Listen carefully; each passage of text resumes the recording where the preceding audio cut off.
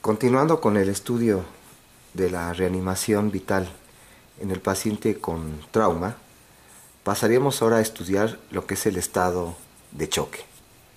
Ya comentábamos que una vez que tenemos una vía aérea permeable, una ventilación, respiración y oxigenación adecuadas, tendríamos ahora la valoración del estado de perfusión de los tejidos del paciente, es decir, de su circulación. Aquí lo fundamental en esta letra C de circulación, lo fundamental va a ser hacer el diagnóstico si el paciente está o no en un estado de choque. Recordemos que el estado de choque se define como un estado de disminución de perfusión de los tejidos en forma generalizada, es decir, un estado de hipoperfusión tisular generalizada que además de provocar disminución del volumen sanguíneo, también va a provocar una disminución de la concentración de oxígeno en los tejidos. Entonces tenemos una isquemia junto con una hipoxia a nivel tisular, que si no se llega a mejorar este estado de hipoperfusión tisular generalizado, va a llevar a la muerte celular, como veremos posteriormente. Lo fundamental lo primero sería en la valoración del paciente con trauma, sería primero reconocer si el paciente está o no en estado de choque. Podemos decir que ese es el primer paso. Y para conocer el estado de choque es fundamental el estado clínico. Entonces el diagnóstico del estado de choque, de este estado de hipoperfusión tisular generalizado, va a ser clínico. Es decir, que no existen estudios de laboratorio que nos van a confirmar el diagnóstico más que la historia clínica y la valoración que hagamos nosotros en su exploración física. El segundo paso fundamental en la valoración del paciente en estado de choque sería identificar la causa. Ya veremos que las principales causas del estado de choque en el paciente politraumatizado va a ser el choque hemorrágico, aunque pudiera ser que no fuera hemorrágico. Entonces, nuestro segundo paso sería identificar si efectivamente está el paciente en estado de choque y entonces identificar la causa de este estado de choque. Ya que veremos que en el tratamiento del estado de choque sería la reposición de líquidos junto con la de retener el sitio de sangrado, que decíamos que es la principal causa del estado de choque. Antes de valorar lo que sería el estado clínico para el diagnóstico de estado de choque, así como también cómo identifico la causa y cuál sería el tratamiento, hablaríamos algo sobre una fisiología cardíaca fundamental para poder diagnosticar o más bien interpretar los datos clínicos que tiene nuestro paciente. Entonces hablaríamos de una fisiología cardíaca muy elemental. Recordemos que en lo que corresponde al gasto cardíaco, en primer lugar, que es la cantidad de sangre que bombea el corazón por minuto, que más o menos corresponde a 5 litros por minuto en los pacientes. Entonces el gasto cardíaco, que es la cantidad de sangre que expulsa el corazón por minuto, va a depender fundamentalmente de dos factores, que sería la frecuencia cardíaca por el volumen sistólico. Entonces, si consideramos que un paciente tiene una frecuencia cardíaca en promedio de 70 latidos por minuto y el volumen sistólico es aproximadamente de 70 mililitros por minuto, nos daría aproximadamente 4.900 mililitros. Entonces estaríamos hablando que aproximadamente son estos 5 litros de gasto cardíaco. Entonces es fundamental para el gasto cardíaco la frecuencia cardíaca y el volumen sistólico. De tal manera que un incremento de la frecuencia cardíaca puede provocar un aumento del gasto cardíaco, estos 5 litros por minuto que bombea el corazón, así como también un aumento del volumen sistólico, como se ve en los sujetos atletas, donde pueden incrementar este volumen sistólico en forma muy importante. Este volumen sistólico, ¿sí?, que es la cantidad de sangre que expulsa el corazón en cada contracción, en cada sístole, va a estar determinado por lo que se denomina la precarga. Tendríamos lo que sería la contractilidad del corazón, la contractilidad miocárdica, y tendríamos la poscarga.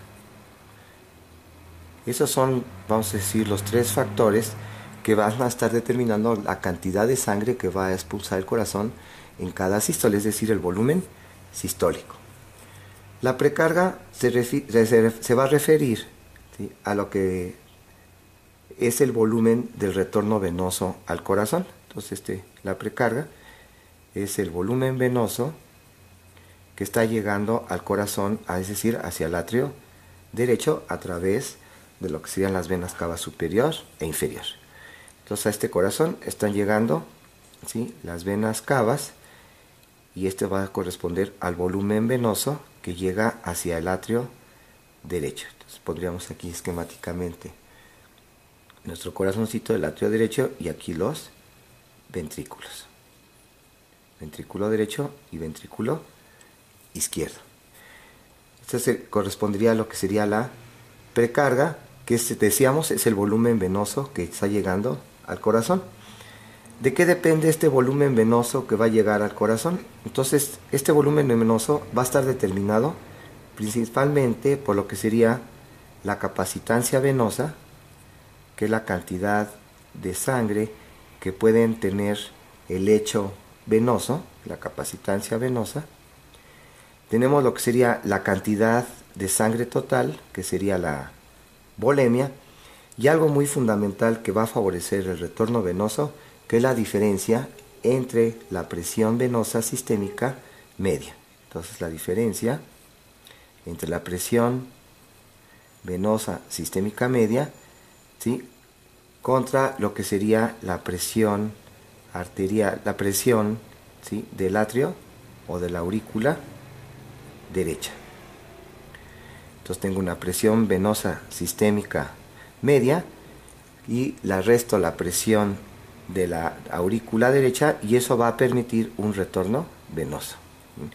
Es decir, que si aumenta la presión del atrio derecho, disminuye esta diferencia entre la presión venosa sistémica media y la presión de la aurícula derecha, y entonces entorpecería el retorno venoso, que es lo que sucede, por ejemplo, ya veremos en el taponamiento cardíaco, donde aumenta esta presión de la aurícula derecha y no permite un buen retorno venoso. De esa forma disminuye el volumen venoso que llega a nuestro corazón. Aquí hay que tomar en cuenta que el sistema venoso del corazón, ¿sí?, este sistema, o sistema venoso del sistema cardiovascular, ¿sí?, funciona como un reservorio del volumen sanguíneo. Entonces, este sistema venoso forma o constituye el volumen, ¿sí?, sanguíneo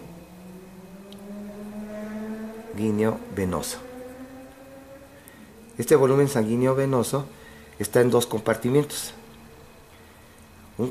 Tiene más bien dos componentes. Un componente que no contribuye a la presión, es decir, es la cantidad de sangre que permanece en el circuito venoso, que es un circuito de capacitancia venosa, pero que no ejerce presión. Es la característica de este componente del sistema venoso. Entonces, uno que solamente está llenando el lecho venoso, pero no ejerce presión.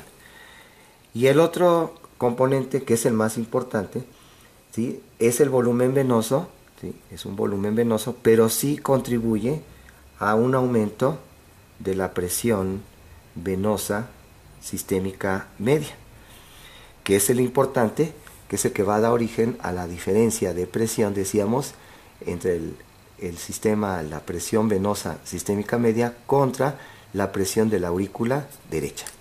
Entonces tenemos por un lado un componente que solamente es la capacitancia del lecho venoso, que no ejerce presión, pero tenemos un pequeño volumen que es el que va a hacer presión, que va a dar la presión venosa sistémica media, y es lo que va a dar esta diferencia de presión con la presión de la aurícula derecha, favoreciendo el retorno venoso, y nos va a dar el volumen venoso del corazón.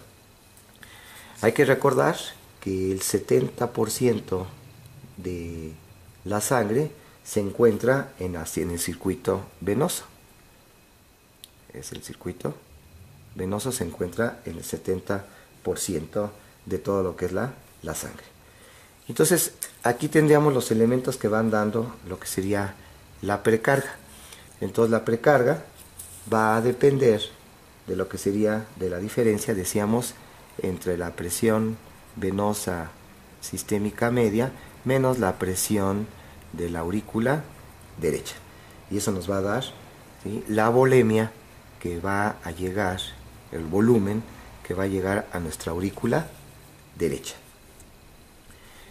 Por otro lado tendríamos lo que sería la contractilidad miocárdica, el otro elemento que va a estar regulando el gasto cardíaco, que decíamos que depende mucho del volumen sistólico junto con la frecuencia cardíaca. Entonces, en este caso, la contractilidad miocárdica, tendríamos que recordar lo que se llama la ley de Starling, ¿verdad? Entonces, la ley de Starling, que hace la relación de la contractilidad miocárdica, depende de la longitud de la fibra. Entonces tenemos lo que sería la longitud de la fibra. Entre mayor longitud de la fibra miocárdica, va a dar como consecuencia una mayor contractilidad. Ya veremos que en los pacientes ancianos esta capacidad elástica de la fibra miocárdica disminuye, y de esa forma disminuye la fuerza de contractilidad. A mayor distensión, longitud de la fibra, mayor fuerza de contracción. Entonces, de ahí que, por ejemplo, en el taponamiento cardíaco, donde hay una restricción de esta distensibilidad de la fibra miocárdica, y de esa forma evita que haya una buena contractilidad miocárdica, y de esa forma disminuye el volumen sistólico. Esta contractilidad miocárdica también va a regular lo que sería la frecuencia cardíaca, que es el otro factor que decíamos regula el gasto cardíaco. A mayor frecuencia cardíaca, mayor gasto cardíaco.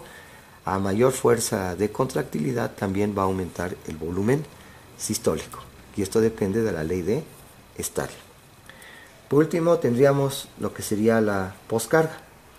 Esta poscarga va a estar dada por la resistencia que presentan el lecho arterial, en este caso de la circulación mayor principalmente, aunque también la circulación menor o pulmonar, que es la resistencia anterógrada al flujo de sangre. Entonces, la resistencia anterógrada al flujo de sangre. Es decir, que si existe una vasoconstricción periférica del lecho vascular arterial, se van a aumentar las resistencias periféricas, y este aumento de las resistencias periféricas es lo que va a estar rigiendo la poscarga. Quiere decir que a mayor vasoconstricción va a provocar, ¿sí?, un aumento de la poscarga y del gasto, y entonces el corazón tiene que vencer esta resistencia periférica. Y esta vasoconstricción es lo que puede provocar una hipoperfusión tisular generalizada. Claro que esta vasoconstricción va a ser un mecanismo compensatorio para aumentar, ¿sí?, la presión arterial, pero ya veremos que no necesariamente un aumento de la presión arterial nos está diciendo que mejora la perfusión cerebral, porque este aumento de la presión arterial puede ser por una vasoconstricción severa y provocando una hipoperfusión de las células por esta vasoconstricción. Y entonces el paciente, a pesar de tener una buena presión arterial, no tiene una buena perfusión de los tejidos debido a esta vasoconstricción. Entonces, de esa forma ya tenemos los tres elementos que van a regir nuestro gasto cardíaco. La precarga, que es el volumen venoso que llega al corazón, y que este volumen venoso que llega al corazón depende de la diferencia de la presión venosa sistémica media menos la diferencia de la presión de la aurícula derecha, que sabemos que durante la inspiración disminuye, se hace negativa, y eso favorece un buen retorno venoso, sobre todo durante la inspiración. También va a depender de lo que sería del volumen circulante, de la volemia. De eso va también a depender el volumen venoso que llega al corazón. Ya veremos que por eso en el choque hipovolémico disminuye esta volemia y por lo tanto disminuye el volumen venoso al corazón, este retorno venoso. Y por otro lado decíamos, tenemos la capacitancia venosa, en donde esta capacitancia venosa habla de que el 70% de toda la sangre que tenemos está en el circuito venoso y que esta capacitancia venosa tiene dos componentes. Uno que es propiamente la cantidad de sangre que está ocupando el lecho venoso sin ejercer presión, y otro componente es este volumen que provoca un aumento de la presión venosa sistémica media, y este volumen es el que favorece el retorno venoso. De ahí que si hay una hipovolemia, va a disminuir este volumen que provoca una presión venosa sistémica media, y eso va a provocar una disminución del volumen venoso al corazón, una disminución del retorno venoso, y por lo tanto va a provocar una disminución del volumen sistólico.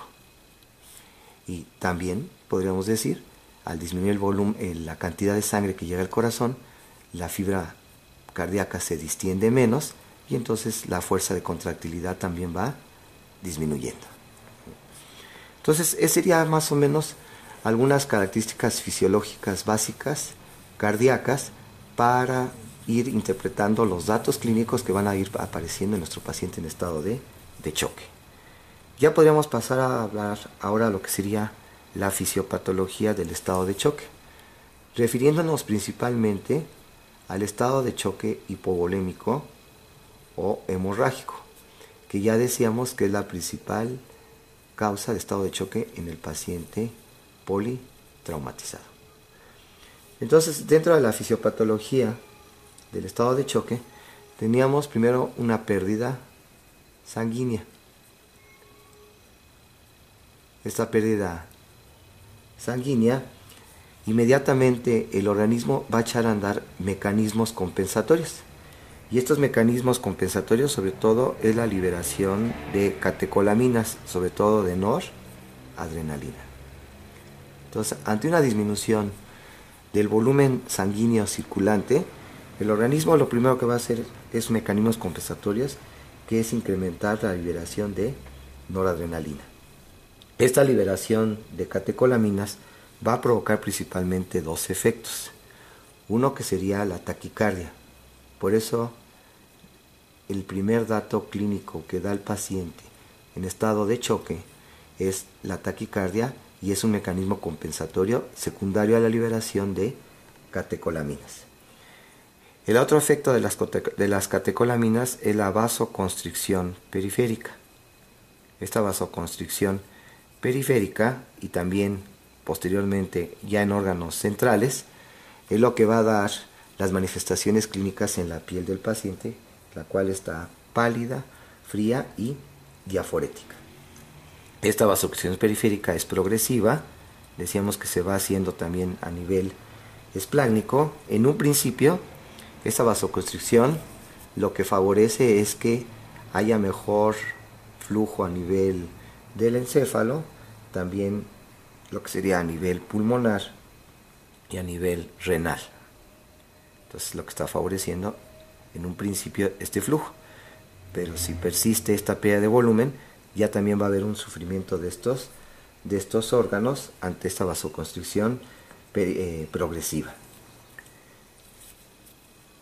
Al ver taquicardia, es un mecanismo compensatorio para incrementar nuestro gasto cardíaco, que ya decíamos que depende de la frecuencia cardíaca, ¿sí?, para tratar de incrementar este flujo de 5 litros por minuto.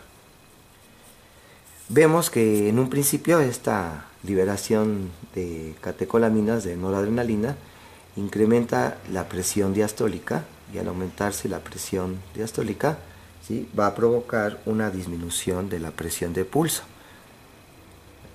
La presión de pulso depende de la diferencia entre la presión diastólica y la presión sistólica.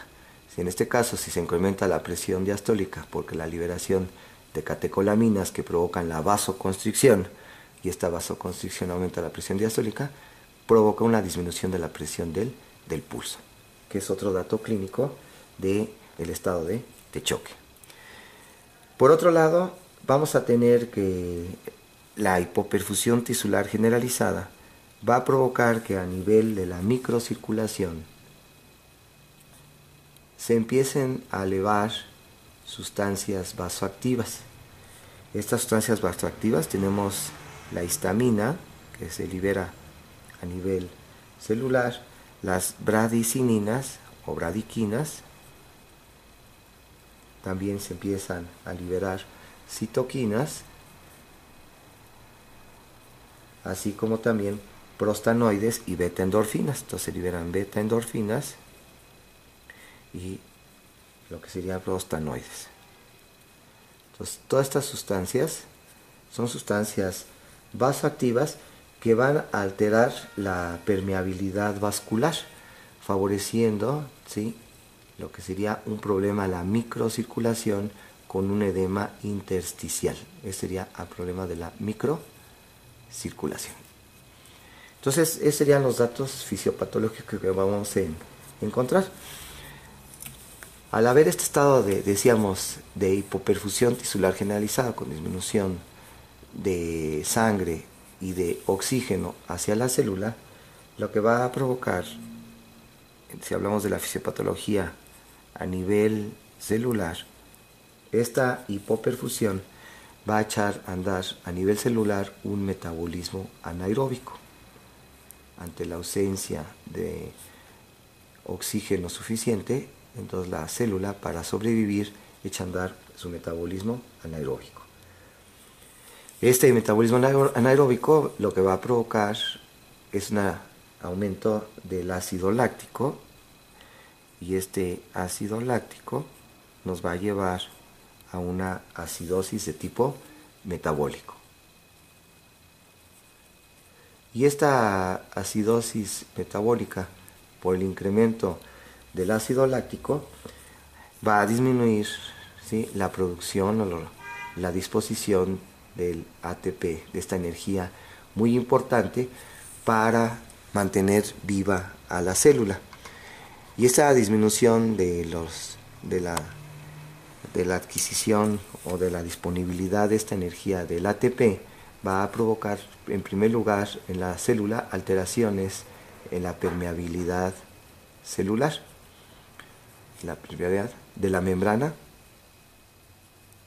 celular. Entonces altera la permeabilidad en la membrana celular y va a provocar la liberación también de factores proinflamatorios. Entonces, como sería el óxido nítrico, al alterarse esta permeabilidad, aparte de que empieza a salir potasio, entra sodio, entra calcio a la célula, ¿sí?, y vemos que hay liberación de factores proinflamatorios, como sería el ácido nítrico o el factor de necrosis tumoral, ¿sí? Entonces este factor de necrosis tumoral también se empieza a liberar a nivel celular. Por último, esto va a llevar a una, ¿sí?, disfunción o una falla orgánica múltiple que puede llevar a la muerte celular por la liberación de estos factores, ¿sí?, vasoactivos. Entonces ya de esta forma tendríamos, ¿sí?, cuáles son la fisiopatología y las bases fisiológicas para entender el estado de choque, que decíamos que es un estado de hipoperfusión tisular generalizado, y que lo primero es reconocerlo y que el diagnóstico es clínico, y por otro lado identificar la causa para ya dar el tratamiento. Pasaríamos ahora a ver, ¿sí?, cuáles serían las manifestaciones clínicas, ¿sí?, del estado de choque, e identificar también cuáles podrían ser las causas. Entonces tendríamos estado de choque, y ahora lo que vamos a estudiar sería cuál sería si el paciente está en estado de choque. Entonces la pregunta es su diagnóstico. Entonces la pregunta ¿está mi paciente politraumatizado, ¿sí?, en estado de choque, sería la pregunta, ¿sí? Estaría en estado de choque. Decíamos que el diagnóstico va a ser clínico. Entonces el paciente, una vez que ya estabilizamos su vía aérea, ya tiene una buena ventilación, respiración y oxigenación, vamos a valorar lo que sería su estado circulatorio, que sería la letra C. Entonces valorar su estado circulatorio. Y entonces cuando estoy valorando su estado circulatorio es cuando yo voy a realizar, ¿sí?, el diagnóstico de estado de choque. Entonces voy a determinar si está o no mi paciente en estado de choque. Y decíamos que el diagnóstico es clínico. ¿Cuáles van a ser los datos clínicos? Decíamos que había liberación de catecolaminas, y esta liberación de catecolaminas, la primera manifestación clínica sería una taquicardia, que lo que está tratando, ¿sí?, el organismo ante la pérdida de volumen sanguíneo es incrementar su gasto cardíaco en forma compensatoria, incrementando la frecuencia cardíaca debido a la liberación de catecolaminas. Decíamos que también la otra respuesta es la vasoconstricción periférica, y esa vasoconstricción periférica lo voy a observar con una piel fría, ¿sí?, una piel pálida, y muchas veces tiene una diaforesis, ¿sí? ¿Sí? Estos pacientes.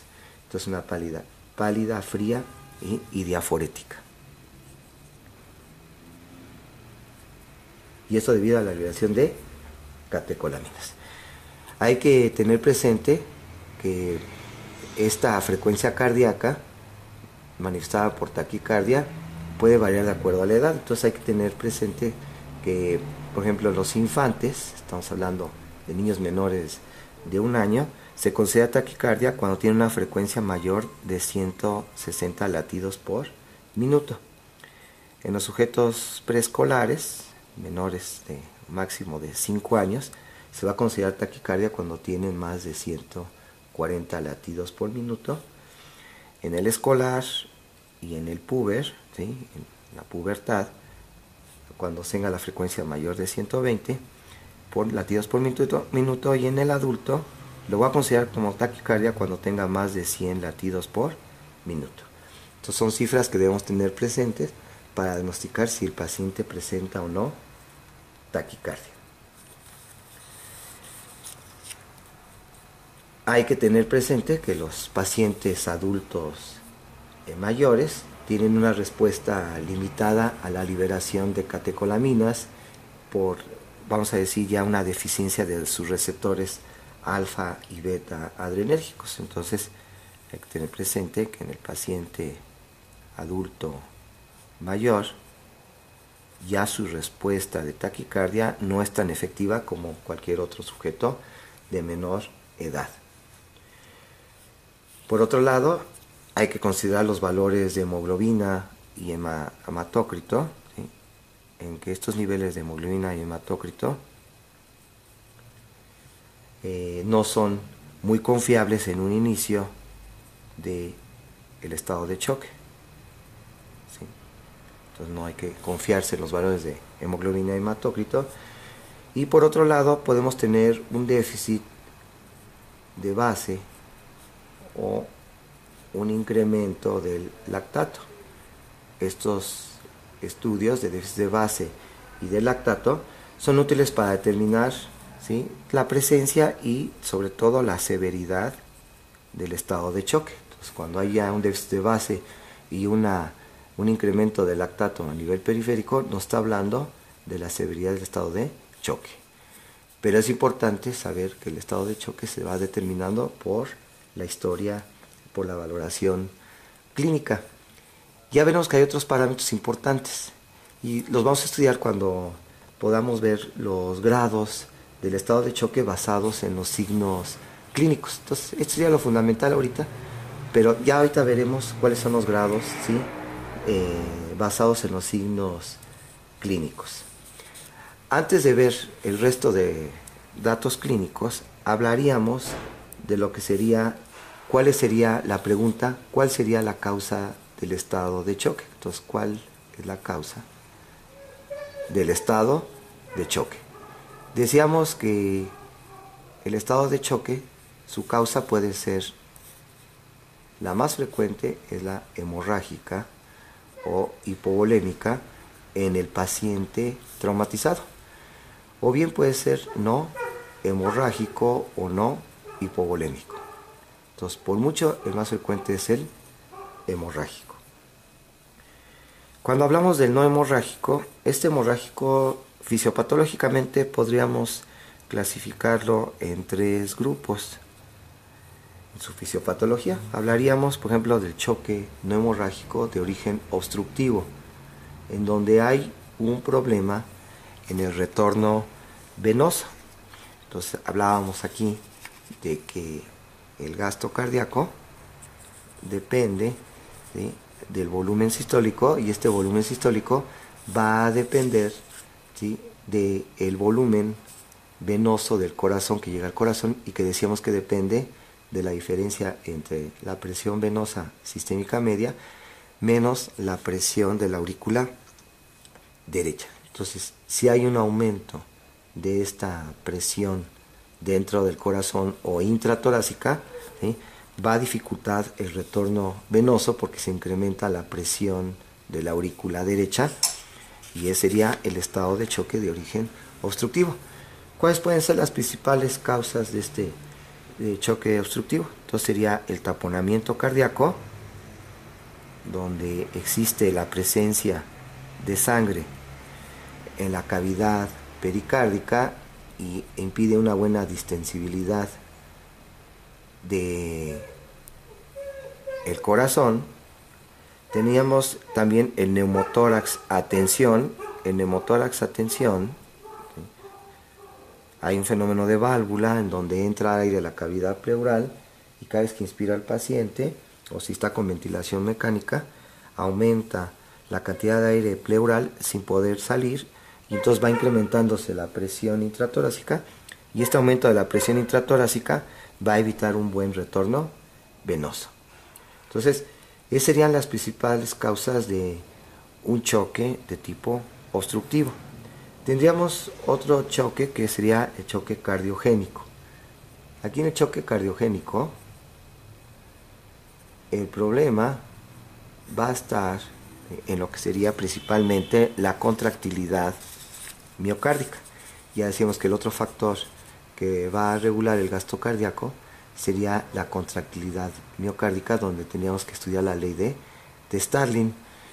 Aquí lo que sucede es que puede ser que el paciente, la causa más frecuente de este estado de choque cardiogénico sería la contusión, un trauma contuso cardíaco. Entonces, tenemos un trauma cerrado, un trauma contuso del corazón, y este trauma contuso del corazón provoca contusiones miocárdicas que se pueden manifestar por arritmias y pueden llegar incluso hacia lo que sería el infarto del miocardio postraumático.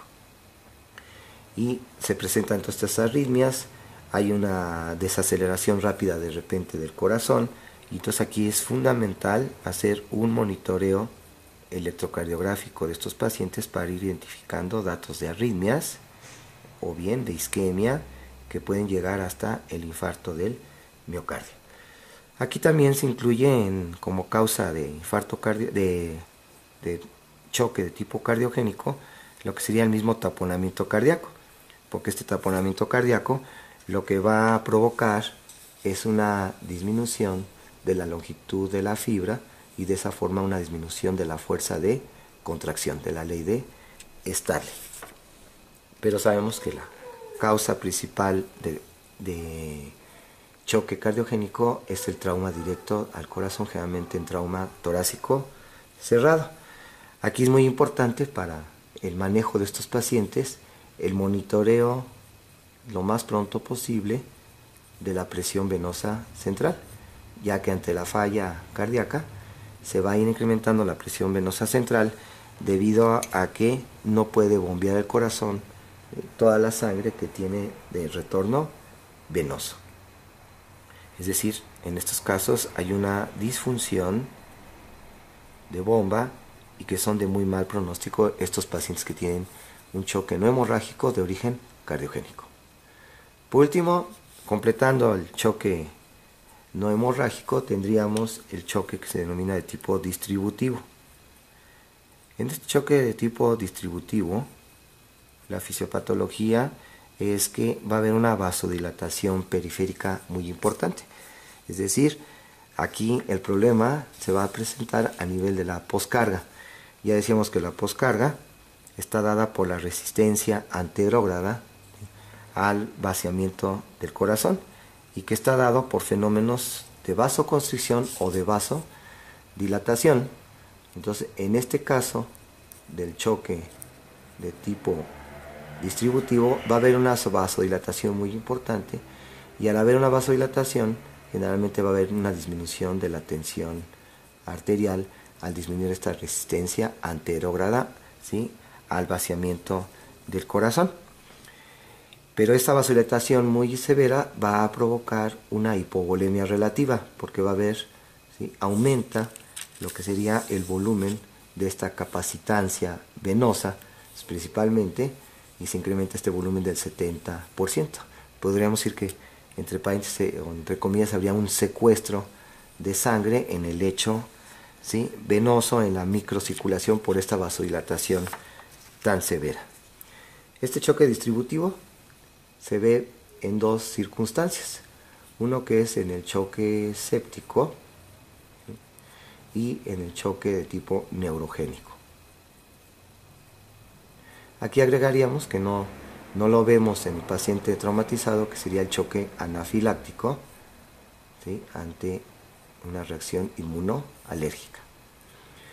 Entonces, el choque distributivo, tanto el séptico, que también es poco frecuente en trauma, aunque se puede ver en forma tardía,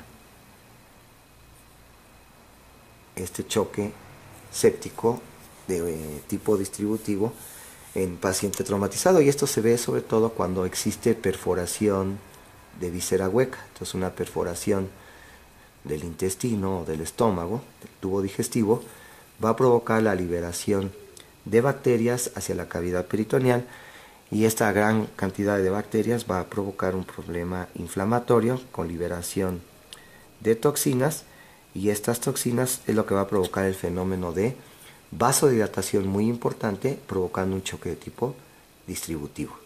Entonces, tener presente el choque séptico en forma tardía, horas después del trauma, en pacientes con traumatismo abdominal, sobre todo traumatismo abdominal penetrante, que puede provocar imperforación de intestino, liberación de toxinas y una vasodilatación periférica, y provocar un choque distributivo. El choque neurogénico. El choque neurogénico va a ser secundario a una lesión de la médula espinal, ya sea a nivel cervical o torácico alto, es decir, por arriba de T6, torácico alto. Los pacientes que tienen una lesión aguda de la médula espinal por un traumatismo raquimedular, primero lo que van a presentar sería un choque espinal, que no hay que confundir el choque espinal con un choque neurogénico. El choque espinal es secundaria una lesión de la médula espinal, sobre todo a nivel cervical o nivel torácico alto, y este choque espinal va a haber pérdida de toda la función sensitiva, motora y visceral por abajo de la lesión. Si el paciente tiene una fractura de luxación a nivel de C5 o C6 en las vértebras cervicales, va a provocar que haya pérdida de la función sensitiva. Entonces, el paciente abajo del dermatoma de C6 va a tener una anestesia total, es decir, pérdida de toda, ¿sí?, sensibilidad por abajo de la lesión, a la altura de C6, que sería a partir del borde externo del antebrazo, incluyendo el dedo pulgar y el dedo índice, y de ahí hasta el resto de los dermatomas va a tener una anestesia. El paciente va, en este caso, va a tener una cuadriplegia, es decir, va a estar cuadripléjico, paralizado de las cuatro extremidades por lesión de la médula espinal, y va a tener también una disfunción visceral.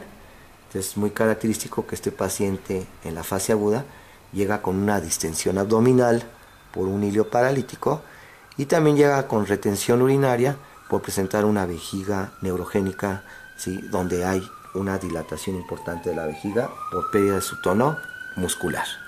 Ahora, Ese sería el choque espinal, que puede durar horas, días o semanas, o hasta meses puede durar este choque espinal. Pero si este paciente que llega con una lesión aguda de médula espinal tiene trastornos hemodinámicos, tiene más trastornos hemodinámicos, y estos trastornos hemodinámicos consisten en una vasodilatación periférica. ¿Por qué? Porque se pierde el tono simpático. Recordemos que el sistema nervioso simpático o toracolumbar, las neuronas simpáticas se encuentran en las astas laterales de la médula espinal. Entonces, estas astas laterales de la médula espinal dejan tener influjo de centros nerviosos superiores, sobre todo del hipotálamo, y entonces se pierde la función simpática toracolumbar, y entonces en forma refleja hay vasodilatación, porque se pierde el tono simpático, y por otro lado también hay bradicardia, por disminución o por, vamos a decir que el corazón deja de tener la inervación de tipo simpático, y entonces predomina el parasimpático y tiene bradicardia. Recordemos que esta bradicardia puede estar ausente en las lesiones torácicas altas, pero siempre está presente en las lesiones cervicales. Este paciente, al perder entonces la pérdida del tono simpático, si pierde el tono, se pierde el tono simpático, entonces ahora sí podríamos decir que está en un choque de tipo neurogénico, ¿sí? Entonces está en choque neurogénico y es por pérdida de inervación simpática que provoca vasodilatación, dándonos un choque de tipo distributivo. Entonces en estos pacientes va a ser muy característico que su piel no va a tener una piel fría y pálida, porque no hay el fenómeno de vasoconstricción. También en un inicio, en el choque séptico, se presenta también una piel que está de temperatura normal y de coloración también normal. Aunque ya en forma muy tardía en el choque séptico, también se presenta la hipotermia en la piel. De esa forma ya tendríamos, ¿sí?, las características del choque no hemorrágico. Pero decíamos que el más frecuente va a ser el choque de origen hemorrágico. El choque hemorrágico, ¿sí?, lo voy a tener presente, ¿sí?, en todos los pacientes con traumatismo y que presenten problemas de circulación. Entonces lo primero es pensar que el paciente tiene un estado de choque hemorrágico. Y dependiendo de la respuesta que tenga nuestro paciente de la administración de líquidos, si no responde, yo ya puedo ir pensando que a lo mejor es un choque no hemorrágico de tipo obstructivo, y entonces el paciente tiene un neumotórax a tensión que se asocia con insuficiencia respiratoria, con hipoventilación en hemicampo, con hiperresonancia, y que se va a resolver transitoriamente con una toracocentesis. O bien el paciente tiene un taponamiento cardíaco con ingurgitación yugular, igual que en el neumotórax a tensión, pero los campos pulmonares normales y los ruidos cardíacos apagados, y entonces taponamiento cardíaco, y que lo puedo yo confirmar a través de un ultrasonido enfocado en paciente en trauma, es decir, con el FAST. Choque cardiogénico, ¿sí?, no responde el paciente a la administración de líquidos, y resulta que en el monitoreo electrocardiográfico el paciente presenta arritmias, datos de isquemia, ¿sí?, una disfunción de bomba. Le hago un monitoreo de su presión venosa central en fase temprana, y entonces el paciente tiene incremento de esta presión venosa central por la disfunción de bomba. O bien el paciente no tiene una piel fría, pálida, diaforética, no responde a la administración de líquidos, tiene trauma abdominal cerrado, sospechan un choque séptico, o tiene una lesión de médula espinal asociada con choque espinal, con trastornos hemodinámicos manifestados por vasodilatación periférica y bradicardia. Entonces pensar una pérdida del tono simpático y entonces tratarse de un choque de tipo neurogénico, que muchos de estos pacientes de choque neurogénico sí llegan a responder a la administración de líquido. Si no responden a la administración de líquido, se les da atropina, y ya en última instancia se les dan sustancias vasopresoras en el choque neurogénico. Entonces decíamos que el choque hemorrágico, lo primero es pensar en él. Hay que recordar que este choque hipovolémico lo que va a provocar es una disminución de la precarga. Entonces, al disminuir el volumen sanguíneo circulante, y ya decíamos que este volumen sanguíneo circulante, el 70% se encuentra en el lecho venoso, pues lo que va a provocar esta disminución del volumen, ¿sí? Al disminuir el volumen, lo que va a provocar es una disminución de la precarga, ¿sí? Es decir, la cantidad de sangre que llega al corazón, y de esa forma va a disminuir el gasto cardíaco por una disminución del volumen sistólico. Claro, en forma compensatoria va a haber una taquicardia, ya decíamos, por la liberación de catecolaminas. Aquí en el volumen, cuando hablamos del volumen de sangre, el volumen sanguíneo, la cantidad total del volumen sanguíneo que tiene un sujeto adulto es el 7% de su peso corporal. Recordemos que los niños tienen mayor volemia y va a ser del 8 al 9% de su peso corporal. Es decir, que niños presentan más o menos de 80 a 90 mililitros de volumen sanguíneo, ¿sí?, sobre kilogramo de peso. Eso habla de la pequeña cantidad de sangre que tiene un niño recién nacido, ¿verdad? Si pesa 3 kilogramos, ¿sí?, entonces si pesa 3 kilos ese niño va a tener 270 mililitros de sangre. Se multiplicó esos 3.000 gramos, estos 3 kilogramos por 90 mililitros por kilogramo de peso, nos daría 270 mililitros. Esta cantidad total que tiene un recién nacido de 3 kilos de peso, ¿verdad? De ahí que por eso la pérdida de sangre en estos niños, ¿sí?, aunque aparentemente es poca, si consideramos su cantidad total de sangre que tienen, pues es una gran cantidad de pérdida la que tienen proporcionalmente a su peso corporal. Y ahora sí, lo que comentábamos, podemos hablar, cuando estoy valorando a mi paciente en estado de choque clínicamente, podemos hablar sobre los grados del estado de choque, y estos grados van a estar, ¿sí?, basados con los signos clínicos. Entonces, ¿te acuerdas? Los signos clínicos lo puedo graduar en 4 grados, ¿sí? Entonces hablaremos del grado 1, en donde el paciente tiene una pérdida de volumen de aproximadamente del 15% de su peso corporal, del volumen sanguíneo, perdón, de su volumen sanguíneo. Hablaremos del grado 2, que sería el 30%, el grado 3, que sería un 40%, y el grado 4, que sería más del 40%. Una forma de acordarse sería la puntuación en un juego de tenis. Vean que el juego de tenis, el primer punto es 15, el segundo 30, el tercero 40, y cuando ya gano el partido de tenis sería más de 40 en la puntuación. Entonces ahí podemos decir que en un juego de tenis, ¿cómo vas? Pues ahorita estoy en choque grado 1, es decir que voy perdiendo 15-0, ¿verdad? Es decir, que en volumen sería aproximadamente del 15%, estamos hablando de 750 mililitros. Si estamos pensando que un sujeto adulto tiene 5 litros de sangre aproximadamente. En grado 2 sería entre 750 y 1500 mililitros. El grado 3 entre 1500 y 2000 mililitros. Y un grado 4 más de 2000 mililitros. Es la cantidad de sangre que está perdiendo el paciente de acuerdo para estos grados que estábamos comentando. Y entonces decíamos cuáles van a ser los signos clínicos. Entonces tenemos aquí, vamos esquematizando estos 4 grados de choque. Tendríamos, por ejemplo, lo que sería la frecuencia cardíaca o la frecuencia del pulso.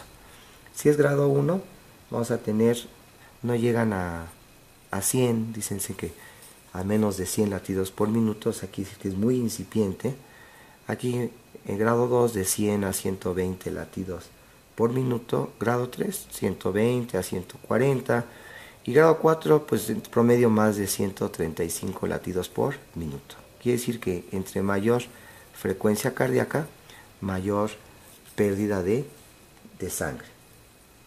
Si hablamos de la presión arterial, observamos que la presión arterial, sobre todo la presión arterial sistólica, que es la más importante para la perfusión de los tejidos, en el grado 1 es normal, en el grado 2 es normal, y hasta el grado 3 es cuando empieza a estar disminuida, ¿sí? El 3 y en el 4. Entonces esto es muy importante, que nuestro paciente puede estar en estado de choque y estar con una presión arterial, ¿sí?, normal. Entonces la presión arterial, cuando empieza a disminuir, ya nos está hablando que el paciente ya ha perdido más del 30% de su volumen circulante, es decir, entre 1500 y 2000 mililitros que ha estado perdido de sangre este paciente. Entonces no hay que esperar que el paciente tenga hipotensión para hacer el diagnóstico de estado de choque. Y entonces cuando mi paciente llega con hipotensión, quiere decir que es un estado de choque avanzado, que ha perdido más, ¿sí?, de su 30% de su volumen circulante. Frecuencia respiratoria. Recordemos que la liberación de catecolaminas provoca aumento de la frecuencia respiratoria. Entonces la frecuencia respiratoria, choque 1 pues va a estar más o menos normal, entre 14 y 20. En choque grado 2 ya más de 20, pero no llega a más de 30. Grado 3 más o menos de 30 a 40. Y aquí vamos a tener una frecuencia respiratoria más o menos mayor de 35. ¿Sí? Aquí la presión arterial más de 135 o más de 100, frecuencia cardíaca o más de 140, ¿sí?, promedio de frecuencia cardíaca. Y aquí frecuencia respiratoria más de 35. Y esto, claro, puede provocar en un inicio, en estado de choque, este incremento de la frecuencia respiratoria me puede llevar, ¿sí?, a una alcalosis de tipo respiratorio, ¿verdad?, al estar hiperventilando mi paciente. Tenemos, por otro lado, un dato muy importante, que es el gasto urinario. El gasto urinario, pues para poderlo medir, ya veremos, hay que colocarle al paciente una sonda vesical. Y vemos que el gasto urinario en un paciente grado 1 es normal, es decir, va a presentar más de 30 mililitros por hora. En el grado 2 ya empieza a reducirse este volumen urinario por hora, más o menos de 20 a 30 mililitros por hora. Y en el grado 3 ya se reduce a más de la mitad de lo normal, que decíamos que es 30. Entonces de 15 vamos a tener una reducción más o menos menor de 15, es decir, entre 5 y 15 mililitros por hora. Y en el paciente grado 4 es insignificante, es decir, casi propiamente pues podemos decir que el paciente está en anuria, en la ausencia total de gasto urinario. Ya veremos que este gasto urinario es el dato clínico más importante, el dato clínico más importante para ver si estoy reanimando adecuadamente a mi paciente con la compensación de líquidos. Tendríamos también otro tejido que es muy sensible a esta hipoperfusión tisular generalizada, que sería el encéfalo. Entonces tendríamos el estado de conciencia. Que en el grado 1 el paciente puede estar ligeramente, ¿sí?, ansioso, una ansiedad que es muy característico, por ejemplo, del paciente o del sujeto que va a donar sangre. Va a donar sangre, ¿sí?, le piden una pérdida menos de 750 mililitros para la donación de sangre, entonces puede salir ligeramente ansioso después de haber donado sangre. Cuando es grado 2 ya está más ansioso, está moderadamente ansioso. En el grado 4 está ansioso, pero ya se puede agregar confusión. Entonces el paciente ya presenta ciertos trastornos sensorios, en donde puede estar confundiendo la fecha, el lugar. En el grado 4 sigue confuso, pero ya empieza a haber un deterioro de su estado de alerta y entonces empieza a estar ya lentitud, ¿sí?, en su estado de alerta, que sería letárgico, y puede llegar hasta el estado de coma. Quiere decir que no debemos esperar que el paciente esté en estado de coma para pensar en estado de choque, ¿verdad? Entonces, igual que la tensión arterial, ¿sí?, va a estar disminuida cuando está muy avanzado. Entonces el paciente va a tener alteraciones importantes de su sensorio cuando el estado de choque ya también está muy avanzado. Si hablamos aquí de la restitución de líquidos, que sería parte del tratamiento de estos pacientes, generalmente cuando es el 1 y 2 se le dan soluciones isotónicas, cristaloides. En el grado 3 y 4, aparte de los cristaloides, se agrega elementos sanguíneos, paquetes globulares, plasma o sí, concentrados plaquetarios. Entonces, este cuadrito nos sirve para más o menos ir pensando cuáles pueden ser, ¿sí?, las alteraciones o los datos clínicos en estado de choque de acuerdo a la pérdida de sangre que tenga mi paciente, ¿verdad? Y entonces ya podríamos ir hablando de cuál sería el tratamiento del estado de choque. Entonces hablaríamos choque, pero ¿cómo lo voy a manejar? Ya hice mi diagnóstico de estado de choque, estado de hipopresión tisular generalizado, que fue a través de un examen clínico. Entonces voy a ir sobre todo en el tratamiento. El tratamiento va enfocado sobre todo en dos grandes aspectos. Uno que sería la de detener la pérdida de sangre, detener la pérdida de sangre. Si estamos hablando de choque hipovolémico, aunque siempre hay que tener presente que puede ser que no sea hipovolémico o no sea hemorrágico y sea obstructivo, cardiogénico o distributivo. Eso lo voy a ir determinando desde mi exploración física. Por ejemplo, cuando exploré la ventilación de mi paciente, puedo detectar si el paciente tiene un neumotórax, atención, o al explorar los ruidos cardíacos, si tiene un taponamiento cardíaco con distensión de las venas yugulares, ¿verdad? Entonces, detener la pérdida de sangre, y por otro lado sería la de reposición del volumen, reponer el volumen, la volemia, con soluciones isotónicas o con elementos de la sangre. Entonces, para detener la pérdida de sangre, pues es muy importante hacer un examen físico, ¿verdad? Entonces se hace un examen físico y a través de este examen físico tengo que ir determinando dónde puede estar la pérdida de sangre. Entonces, aquí es fundamental cuatro aspectos. Primero, dicen localizar si hay un charco de sangre. Es decir, si yo veo el paciente que tiene a nivel de su pantalón, allí está totalmente lleno de sangre, pues quiere decir que tiene una pérdida externa de sangre por una herida ahí penetrante en el muslo o en la pierna, ¿verdad? Entonces puede ser, busque un charco de sangre, ¿sí? Podemos decir.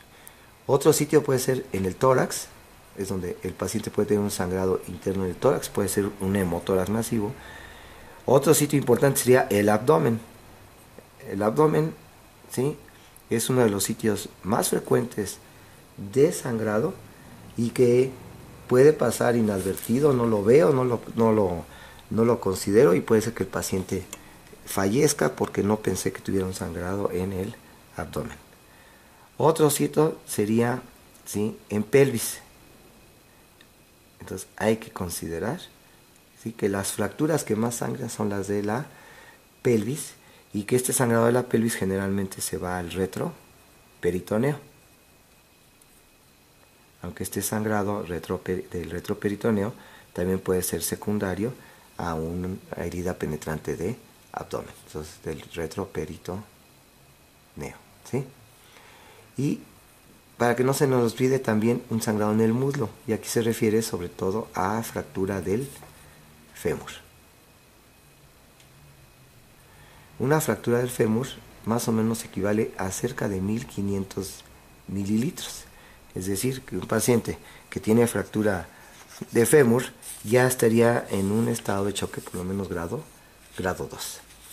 Otros sitios de fractura de huesos largos sería, aunque sangran menos, sería en el hueso, en el húmero o bien en la tibia, que es más o menos la mitad de sangrado que la del fémur. Cada uno puede sangrar 750 mililitros. Entonces hay que buscar sitios de sangrado, ya sea sangrado externo, en el tórax, en el abdomen, fracturas de pelvis que pueden sangrar más de 2 litros, ¿sí? Y que el sangrado se va al retroperitoneo, o sangrados de fracturas de huesos largos, sobre todo del fémur, que llega a sangrar hasta 1500 mililitros. Entonces, estos pacientes, ya decíamos, es fundamental su vía aérea permeable, una buena ventilación, respiración y oxigenación, y estamos tratando lo que sería la circulación, y también estamos valorando su deterioro neurológico, y estamos haciendo un examen general del paciente evitando hipotermia.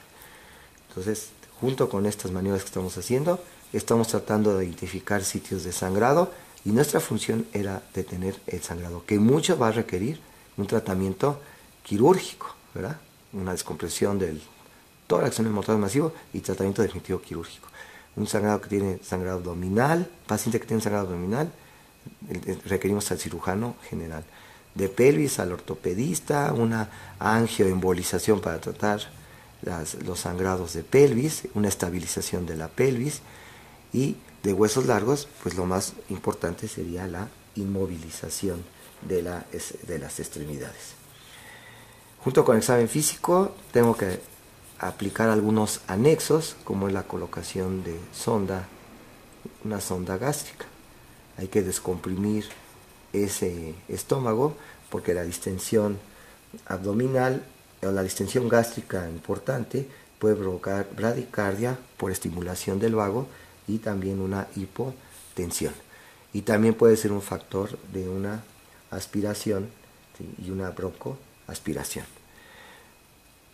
También va a ser necesario colocar un catéter vesical. Esto es muy importante para ir valorando nuestro gasto urinario. Ya decíamos que el gasto urinario va a ser el principal dato clínico para ver si estoy compensando adecuadamente con la administración de líquidos ese estado de choque de mi paciente. Si va incrementando el gasto urinario, quiere decir que ese paciente lo estoy reanimando en forma adecuada. Para este gasto urinario, pues va a ser fundamental la colocación de un catéter vesical. Tener presente, ¿sí? Recordar que cuando un catéter vesical se va a colocar, se debe descartarse que haya fractura de la uretra. Esto sobre todo en pacientes masculinos. La uretra membranosa se llega a fracturar, asociado a fracturas de la pelvis, y la puedo sospechar cuando existe sangre, ¿sí? Cuando haya sangre en lo que sería en el meato ureteral, en el meato de la uretra, o bien al hacer un tacto rectal hay elevación de la próstata, o no se palpa la próstata, o está móvil la próstata.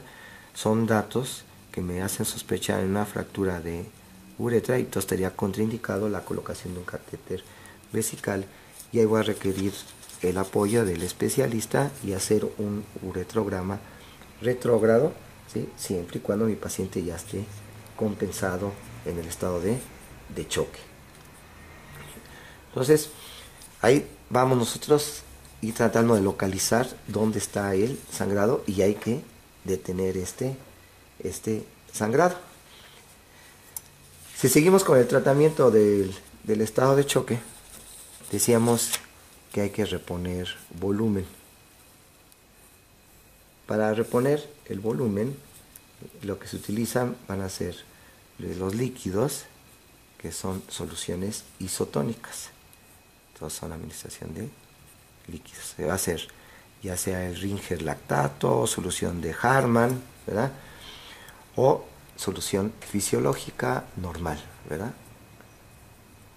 Lo importante es que sean soluciones isotónicas. Están totalmente contraindicadas las soluciones hipotónicas. Entonces, Ringer lactato, Harman o fisiológica normal. Estos líquidos se administran tibios. Se considera que deben estar a 39 grados Celsius. Para eso es fundamental. Se pueden calentar en horno de microondas, o tener, ¿sí?, nuestro recipiente donde podemos calentar los líquidos a baño María a 39 grados Celsius, para evitar la hipotermia, porque ya vemos que la hipotermia en el paciente en estado de choque favorece, ¿sí?, trastornos de la coagulación, provoca coagulopatías, ¿verdad? Generalmente lo que se hace en pacientes adultos es dar en bolos de 1 a 2 litros en bolo. Y en niños más o menos calculamos 20 mililitros sobre kilogramo de peso. Y entonces vamos a administrar estos líquidos. Para administrarlos debo usar catéteres. Entonces los catéteres que vamos a utilizar en estos pacientes van a ser catéteres gruesos y cortos. Entonces un catéter grueso, más o menos de calibre 16, 14-16, y debe ser corto. Esto nos habla de la ley de Poiseuille, ¿verdad? De Poiseuille, ¿verdad? En donde sabemos que en esta ley de Poiseuille el calibre, el flujo en un catéter, ¿sí? Entonces el flujo en un conducto, aquí en este caso en el catéter, es directamente proporcional a su calibre. Entonces entre mayor calibre, mayor flujo, pero es inversamente proporcional a su longitud, debido a que a mayor longitud va a haber, ¿sí?, mayor resistencia al flujo de ese catéter, ¿verdad? Entonces de ahí que debe ser un catéter de calibre importante, 14 o 16, y debe ser corto, ¿verdad?, para que haya una infusión mucho más rápida, ¿verdad? Entonces, los accesos vasculares más utilizados, ¿sí?, si hablamos de accesos vasculares, serían las venas antebraquiales anteriores. Son las más utilizadas, las venas antebraquiales anteriores. Si no es posible utilizar estas venas antebraquiales anteriores, podemos usar por técnica de Seldinger, podemos utilizar catéteres centrales, ya sea por la yugular interna, por la subclavia o por la femoral. En los niños, si no es posible las antebraquiales anteriores, podemos utilizar, ¿sí?, una aguja intraósea. Entonces puedo usar una vía intraósea, generalmente en la tibia, hacia la porción proximal de la tibia. Esta vía intraósea se recomienda sobre todo en niños menores de 6 años, aunque actualmente ya existen agujas intraóseas que se pueden utilizar también a cualquier edad. Y se utiliza esta vía intraósea mientras que se pueda tener ya una vía venosa, como serían las venas antebraquiales. Entonces no es de primera elección, ¿verdad?, sino que si no se pueden las venas antebraquiales anteriores, o también se puede usar una venodisección de la vena safena interna. Aquí depende mucho de la habilidad del médico. Si tiene una habilidad para hacer la venodisección, puede hacer la venodisección safena interna, o si tiene más habilidad por punción, por técnica de Seldinger, de la vena yugular interna, la subclavia, la femoral, aunque hay que tener presente que puede haber complicaciones, sobre todo en la yugular interna y la subclavia, de provocar un neumotórax. Entonces depende mucho de la habilidad del médico. Y también la vía intraósea no es la de primera elección, pero en niños se puede utilizar, y también en adultos. Y se utiliza hasta que tengamos una vía venosa adecuada periférica. Ya decíamos que es un catéter, ¿sí?, corto. Muy bien. Hay que recordar que cuando estamos haciendo un acceso vascular hay que tomar, ¿sí?, pruebas de laboratorio. Y estas pruebas de laboratorio va a ser tipar, es decir, saber el grupo sanguíneo; cruzar, es decir, ver la compatibilidad entre la sangre de mi paciente y la sangre que voy a transfundir. Generalmente en tipar, saber el grupo sanguíneo en un banco de sangre son aproximadamente 10 minutos, pero el cruzar ya muestras, ¿sí?, da más o menos alrededor de 60 minutos, una hora. De ahí que cuando sí es muy importante transfundir a nuestro paciente, le podemos administrar solamente tipando la sangre. ¿Qué otras pruebas de laboratorio? Vamos a ver pruebas toxicológicas. Recordemos que muchos de los pacientes traumáticos son casos médico-legales, puede ser que vengan bajo influjo de drogas, del alcohol, y es muy importante ver los niveles toxicológicos en los que llegó este paciente por ser casos médico-legales. Si es una mujercita en edad fértil, entre 10 y 50 años, pruebas de embarazo. Entonces, recordemos que son pacientes que desconocemos sus antecedentes, pues, entonces es fundamental hacer pruebas de embarazo.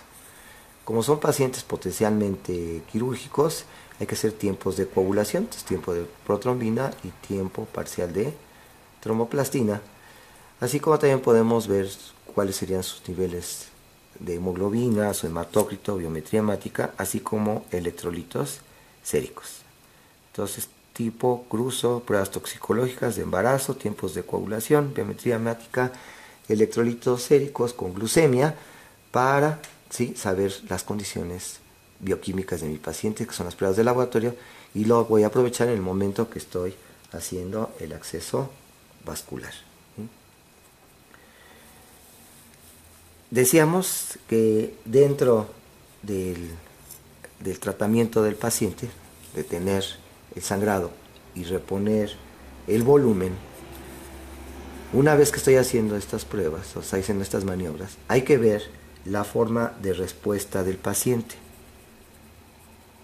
Entonces vamos a ver la respuesta del paciente.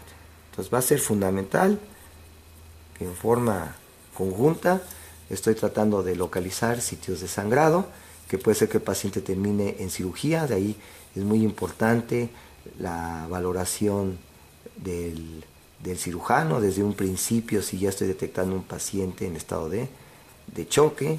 Si no tengo el cirujano, va a ser necesario trasladar al paciente para hacer un tratamiento definitivo para detener el sitio de sangrado, pero a la vez estoy reponiendo el volumen con estas soluciones a través de estas vías. Y entonces, la respuesta del paciente la vamos a ir valorando por las manifestaciones clínicas, ¿verdad? Entonces, si el paciente llegó a un estado de choque, grado 2, y empieza a disminuir su frecuencia cardíaca, ¿sí? Su presión arterial persiste normal, empieza a disminuir su frecuencia respiratoria, el gasto urinario se empieza a incrementar, mejora su estado de conciencia, pues ya voy diciendo que el paciente va respondiendo en forma adecuada a estas maniobras, quiere decir que ya dejó de sangrar y le estoy reponiendo en forma adecuada sus líquidos. Decíamos que para ir valorando su respuesta del paciente hay que ver el gasto urinario. Entonces, este gasto urinario, lo que yo busco que por lo menos un adulto tenga un gasto urinario de 0.5 mililitros, ¿sí?, por kilogramo por hora, ¿verdad? Es lo que busco. Es decir, estamos hablando por lo menos 30 mililitros por hora, ¿verdad? Si es un paciente pediátrico, pues yo lo que busco es que por lo menos tenga 1 mililitro, ¿sí?, de kilogramo de hora de gasto urinario. Y si es un lactante, es decir, menor de 1 año, tengo que buscar una diuresis de 2 mililitros por kilogramo por hora. Así es como voy valorando la respuesta de mi paciente.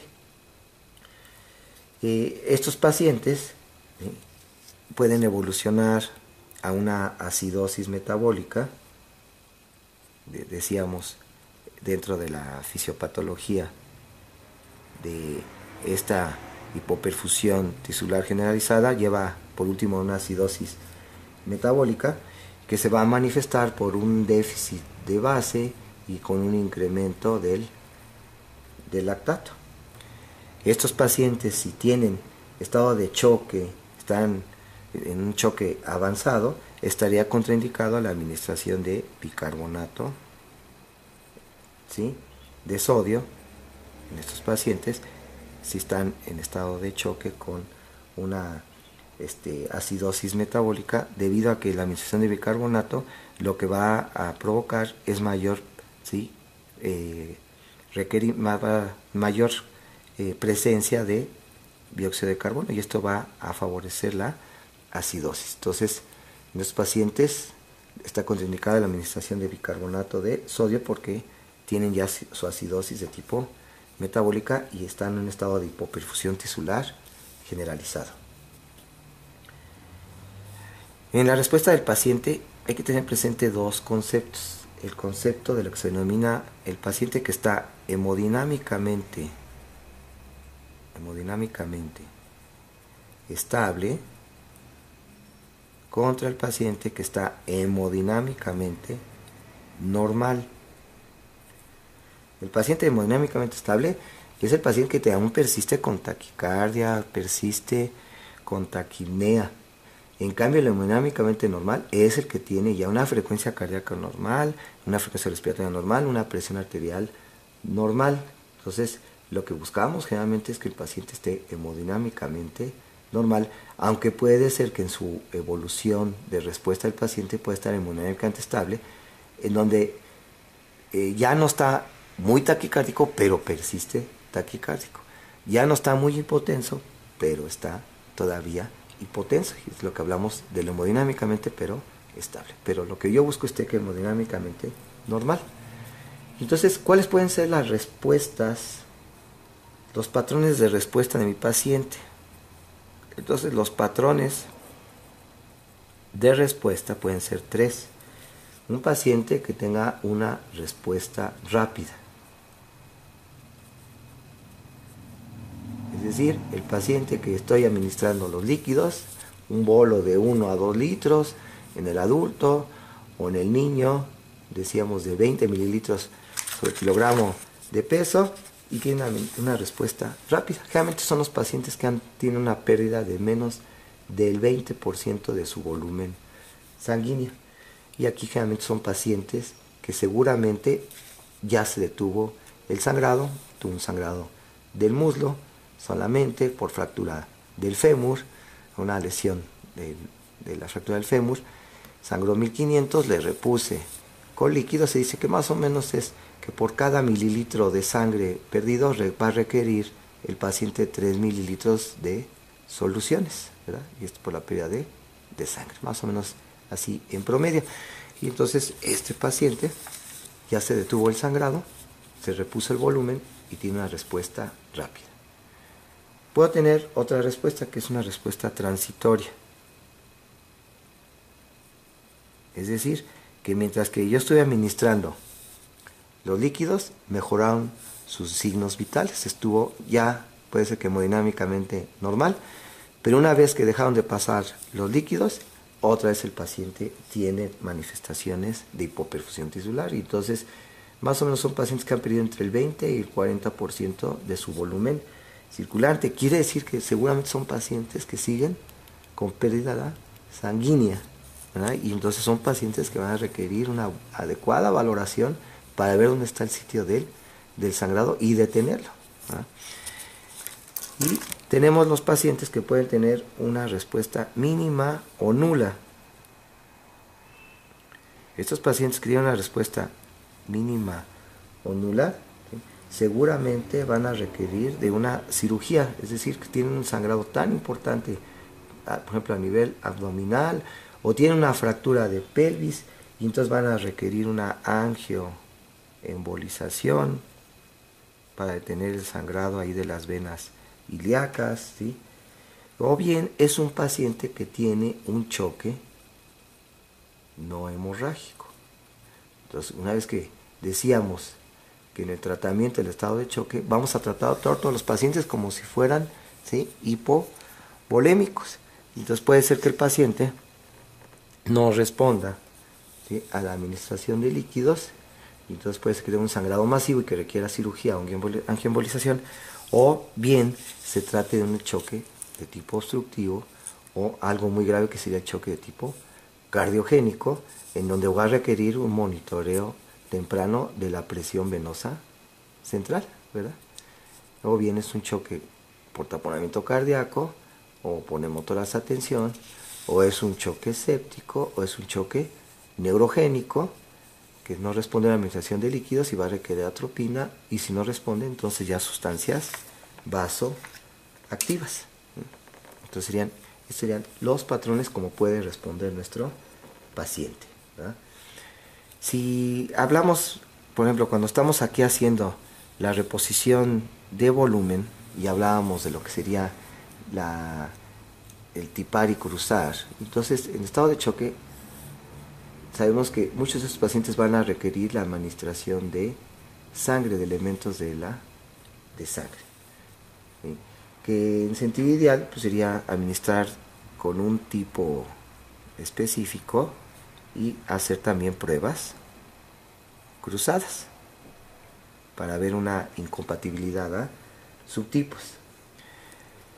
Pero muchas veces no se puede esperar, decíamos que más o menos tarda en cruzarse en un banco de sangre hasta 60 minutos. Entonces puede ser que no solamente esté administrando tipo específico, claro que puede tener el paciente una incompatibilidad a su grupo, ¿sí?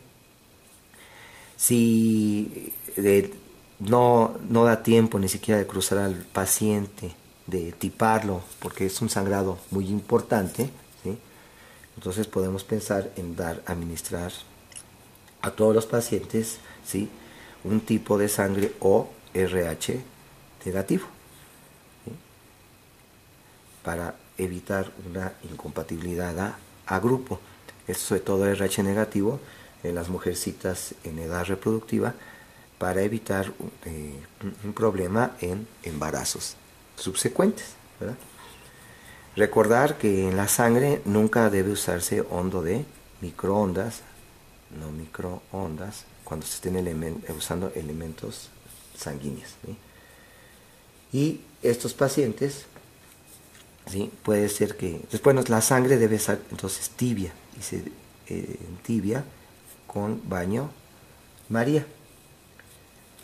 Ahora vamos a ver que hay pacientes, por ejemplo, si estamos tratando muchos pacientes a la vez y que son pacientes en el triage y que requieren transfusión sanguínea, en esos casos se decide administrar a todos los pacientes ORH negativo para que no haya confusión, ¿sí?, entre el tipo específico de la sangre que estamos manejando. Entonces, estamos manejando varios pacientes, se recomienda que sea todos ORH negativo para no haber problemas de confusión entre los pacientes. Hay pacientes, sobre todo estos que tienen una respuesta mínima o nula, ¿sí?, que tienen pérdidas sanguíneas muy importantes, van a requerir en ocasiones transfusiones masivas. La transfusión masiva se refiere a pacientes que requieren generalmente más de 10 unidades de paquetes de eritrocitos, de glóbulos rojos en las primeras 24 horas. ¿Sí? De esa forma, a través de esta transfusión masiva, puedo evitar una triada mortal, que es la triada mortal que ante la infusión masiva de líquidos, pero sin elementos sanguíneos, ¿sí?, como sería aparte de los glóbulos rojos, estaría la administración de concentrados plaquetarios, ¿verdad?, de plasma congelado.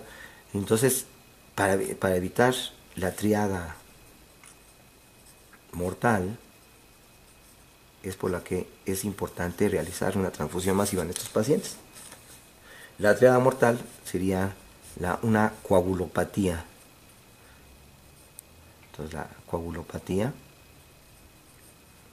¿sí?, se llega a presentar en pacientes que tienen sangrados masivos y solamente tienen infusión de soluciones cristalinas, cristaloides. El otro elemento de esta triada es la hipotermia, que también va a provocar trastornos en la funcionalidad de las plaquetas y va a provocar una vasodilatación, sobre todo si se asocia con la intoxicación etílica, y la acidosis, que es una acidosis de tipo metabólico. Entonces, esto hay que evitar en nuestros pacientes a través de la infusión, ¿sí?, de lo que decíamos, la transfusión masiva. Por último, pasaríamos a ver algunas consideraciones especiales en el manejo del paciente de choque. Son consideraciones especiales que debemos tener presente en la reanimación de nuestros pacientes en estado de choque.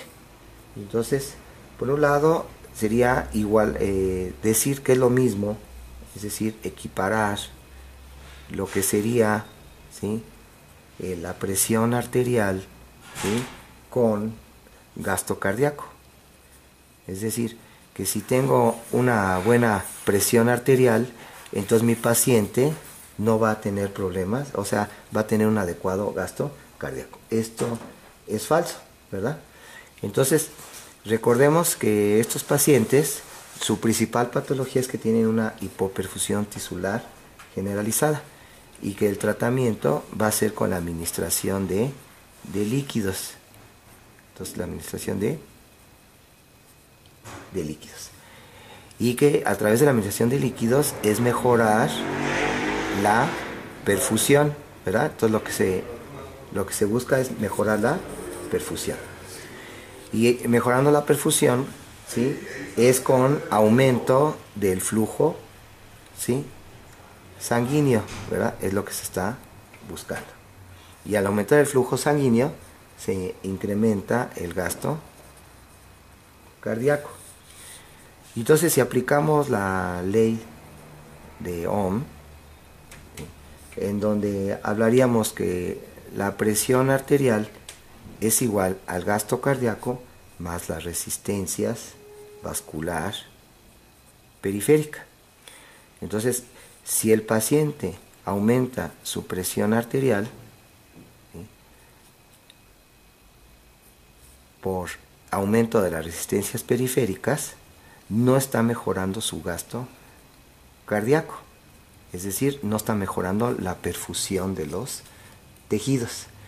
Entonces ahí veía uno la contraindicación de dar sustancias vasoactivas que van a aumentar la poscarga, van a provocar una vasoconstricción, van a mejorar la presión arterial, pero no forzosamente están mejorando el gasto cardíaco de mi paciente y por lo tanto no está mejorando su flujo sanguíneo ni está mejorando la perfusión de los tejidos, ¿verdad?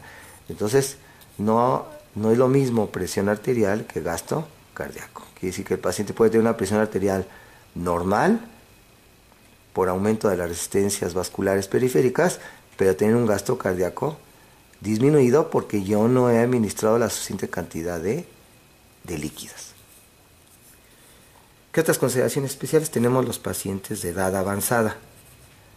Ya decíamos que los pacientes de edad avanzada ya tienen disminución de sus receptores, ¿sí?, a las catecolaminas, entonces ya no responde de la misma forma a la taquicardia, a la vasoconstricción, tienen una disminución de su elasticidad cardíaca y entonces ya su posibilidad de la ley de Stalin de la longitud y contractilidad miocárdica ya no es lo mismo, tienen problemas ya de aterosclerosis, lo cual disminuye su flujo a través de las arterias.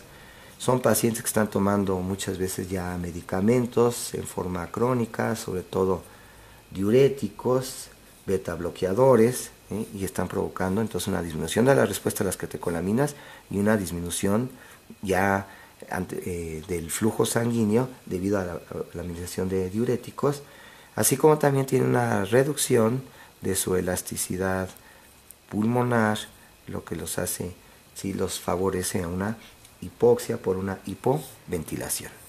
También tenemos otras consideraciones especiales, los atletas, el atleta de alto rendimiento, va a aumentar su volumen total de sangre en un 15 a 20%, entonces requiere mayor pérdida de sangre para dar manifestaciones de estado de choque. Son capaces de incrementar su gasto cardíaco hasta 6 veces, y esto es debido a que incrementan su volumen sistólico hasta en un 50% y tienden generalmente a tener una frecuencia cardíaca de 50 latidos por minuto. Eso dificulta su valoración en el estado de choque. Tenemos También otras condiciones especiales, como sería en el embarazo. En el embarazo recordemos que hay una hipervolemia relativa, lo que provoca que la mujer embarazada tenga que perder, ¿sí?, más de 20%, 30% de su volumen circulante para dar datos de estado de choque, y también esto se manifiesta con una disminución de la perfusión fetal. Otras condiciones especiales que decíamos, por ejemplo, también en los pacientes de edad, de tercera edad, que sería la administración de medicamentos, ¿verdad? Como sería los beta bloqueadores, que van a disminuir la respuesta de las catecolaminas. Decíamos la administración crónica de diuréticos, que favorecen también una hipocalcemia en estos pacientes, ¿sí? La administración de antiinflamatorios no esteroideos, que van a provocar una disminución de la función plaquetaria, favoreciendo los sangrados. Otras consideraciones especiales sería la hipotermia. Ya comentábamos que es muy importante evitar la hipotermia en los pacientes traumatizados, porque la hipotermia favorece coagulopatías, ¿sí? Y si se asocia junto con la intoxicación con alcohol y bajas temperaturas ambientales, esto provoca una vasodilatación, y la vasodilatación va a provocar mayor hipotermia, la pérdida de calor. Y también los pacientes que tienen marcapaso, en donde no van a ser posible que hagan una taquicardia en forma compensatoria a la liberación de catecolaminas. Entonces, de esa forma ya concluimos en lo que sería el estado de choque, que comentábamos que es importante valorarlo en la letra C, ¿verdad? Donde una vez que ya tiene vía aérea primaria, ventilación, oxigenación, ve la letra C, y lo más importante es ver si el paciente está en estado de choque, y que lo va a reconocer una evaluación clínica, y después identificar la causa del estado de choque, y deteniendo el sangrado y reponiendo los líquidos, y valorar la respuesta de mi paciente.